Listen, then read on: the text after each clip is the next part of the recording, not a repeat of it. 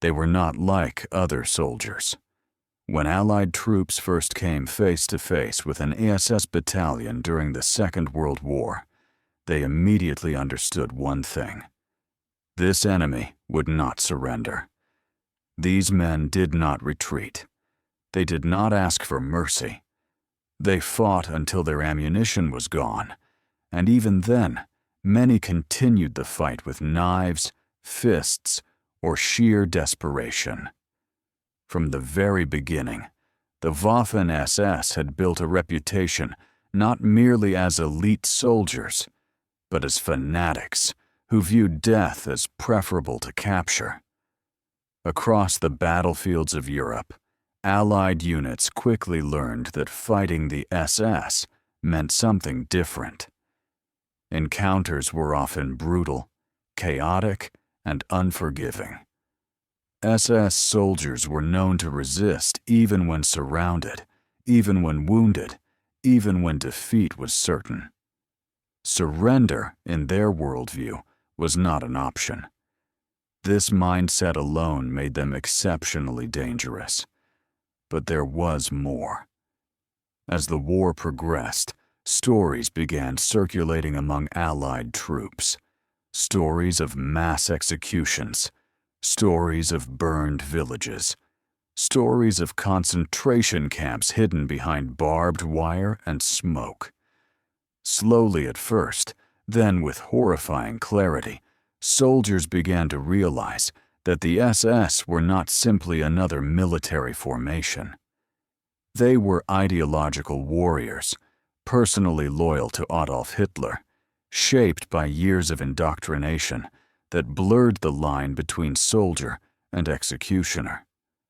The Schutzstaffel, commonly known as the SS, had grown into one of the largest paramilitary organizations in history under the leadership of Heinrich Himmler. Originally conceived as an elite guard, it evolved into a vast structure with its own command system, intelligence networks, and combat divisions. The Waffen SS became its armed wing, operating alongside the regular German army, the Wehrmacht, but remaining separate in loyalty and purpose. Himmler wanted his men to be seen as the purest embodiment of National Socialist ideology.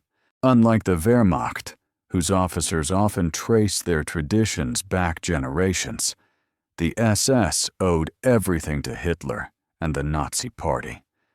Loyalty to the state meant nothing. Loyalty to the Führer meant everything. Over time, what began as a handful of divisions expanded dramatically. From a small corps, the Waffen SS grew into more than 20 divisions, fielding hundreds of thousands of men. These formations fought on every front, from the frozen plains of the East to the hedgerows of Western Europe. Hitler trusted them precisely because they were not bound by conventional military values. They were political soldiers, willing to fight, kill, and die for ideology. Their training reflected this purpose. SS soldiers were not only drilled in weapons and tactics, they were immersed in racial doctrine, taught to see themselves as superior, chosen, and morally justified in acts others might hesitate to commit. Early recruitment focused heavily on men of so-called Aryan descent, reinforcing the myth of racial purity that lay at the core of Nazi belief. Over time, this requirement loosened, but the ideological foundation remained unchanged. On the Eastern Front, SS units became infamous. They fought the Soviet Union with relentless brutality, often showing no mercy to prisoners or civilians.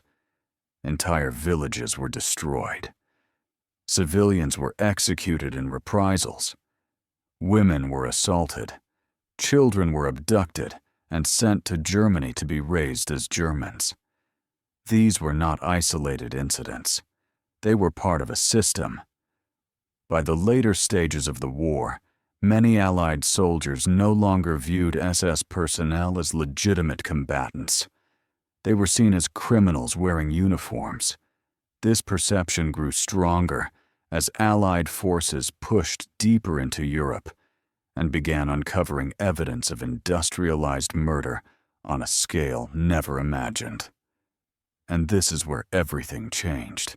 After the invasions in Western Europe, especially following the landings in Normandy, the rules of engagement grew darker.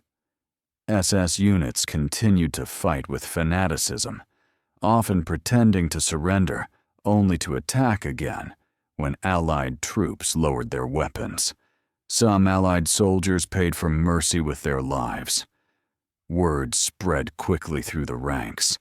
Taking SS prisoners could be deadly.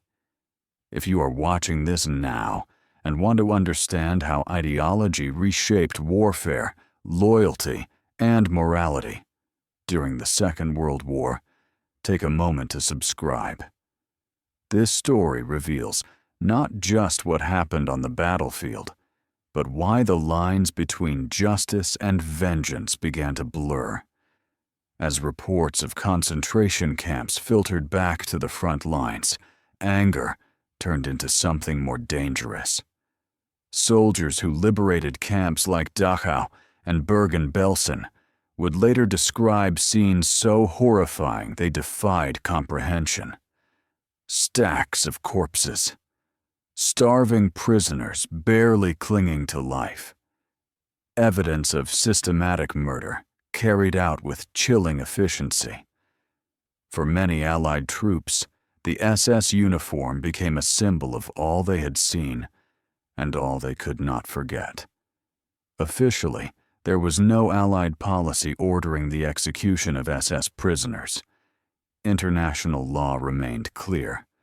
Prisoners of war were to be treated humanely. But war is not fought in courtrooms. It is fought by exhausted men under fire, shaped by fear, rage, and survival instinct. On the battlefield, especially in the final months of the war, discipline began to fracture. Combat against SS units was often close, desperate, and chaotic. Front lines shifted constantly. Transporting prisoners through unstable territory posed enormous risks. In such conditions, decisions were made in seconds, not deliberated in principle. Many SS soldiers were killed after surrendering. Some were shot during capture. Others disappeared without record. These acts were illegal. They were war crimes. But they didn't emerge from nothing. They were born from a conflict in which the SS had already erased the expectation of mercy. To Allied soldiers, SS officers in particular represented the ideological core of the Nazi system. They were seen not as ordinary fighters, but as men who had willingly enforced terror, murder, and mass suffering across Europe. By the end of the war, wearing SS insignia could mean the difference between life and death. And this raises a disturbing question. When an enemy rejects the rules of war, what happens to those rules themselves? In the next part of this story, we will explore how battlefield massacres, revenge killings, and moral collapse fed into one another, and why the end of the war did not bring clarity, but judgment. The war was entering its final, desperate months, and the shadows of the SS loomed larger than ever. Allied soldiers, hardened by years of fighting, now faced not only enemy soldiers, but the embodiment of a murderous ideology. Every encounter with SS units carried the weight of fear, suspicion, and vengeance. The uniform alone was enough to spark dread. Men who had survived artillery barrages, machine gun fire, and frozen wastelands now confronted the SS, the people who had executed civilians, terrorized towns, and turned Europe into a landscape of death. To Allied troops, these soldiers were not merely combatants, they were symbols of everything they had witnessed and everything they had lost. The Eastern Front had produced a generation of SS soldiers conditioned to brutality. They had been trained, indoctrinated, and tested in the most extreme circumstances. Young men, some barely out of adolescence, had been molded into killers who viewed mercy as weakness. Officers and enlisted men alike were taught to see loyalty to Hitler above life itself, and the ideology that had shaped them made them fear nothing and no one. When they were captured, the natural order of war seemed to collapse. Prisoners who would have been processed elsewhere became dangerous, unpredictable, and in the eyes of the soldiers on the ground, a threat that demanded immediate action. Stories filtered back from the front lines and the liberated concentration camps, tales too horrifying to ignore.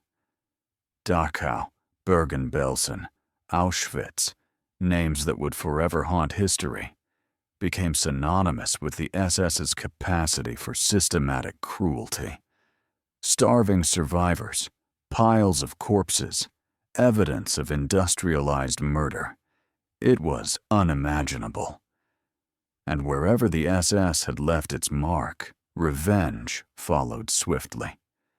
Soldiers who had witnessed these horrors were pushed beyond the rules of law, beyond the protections normally granted to prisoners of war.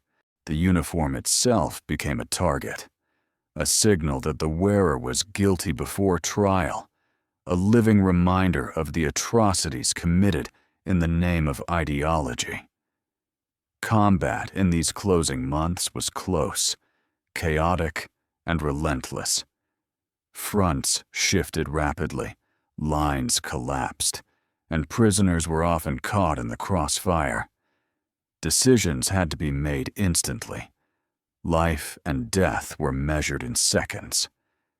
Many SS soldiers met their end during capture, while others simply vanished in the confusion. Each incident, whether intended or accidental, reflected the breakdown of conventional warfare, where human emotion and moral judgment collided with sheer survival instinct. The law of armed conflict, clear on paper, became nearly meaningless on the battlefield. Yet even in these brutal circumstances, the reasons behind the actions of Allied soldiers were understandable. The SS were not ordinary enemies. They were ideological warriors, fanatics who had orchestrated terror across an entire continent. They had executed civilians, assassinated partisans, and enforced Hitler's policies with uncompromising rigor. The hatred that Allied soldiers felt was not born of cruelty alone. It was the natural response of men confronted with a system that had weaponized ideology itself.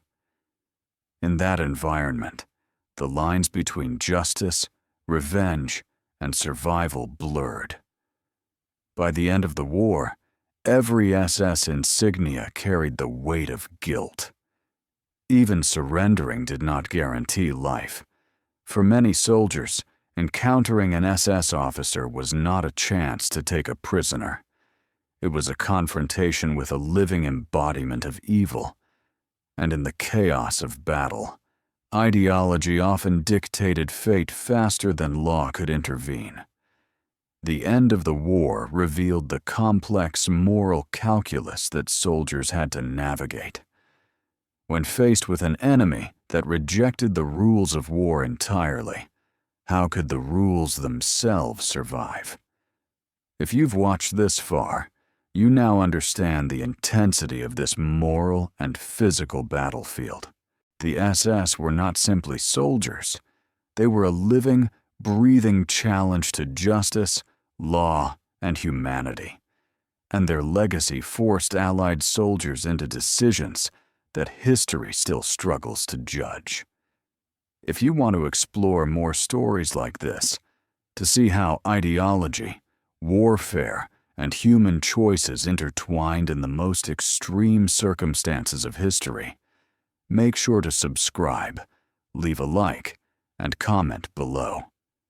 Every story we share brings you closer to understanding the extraordinary, often terrifying human experience behind the headlines of the Second World War.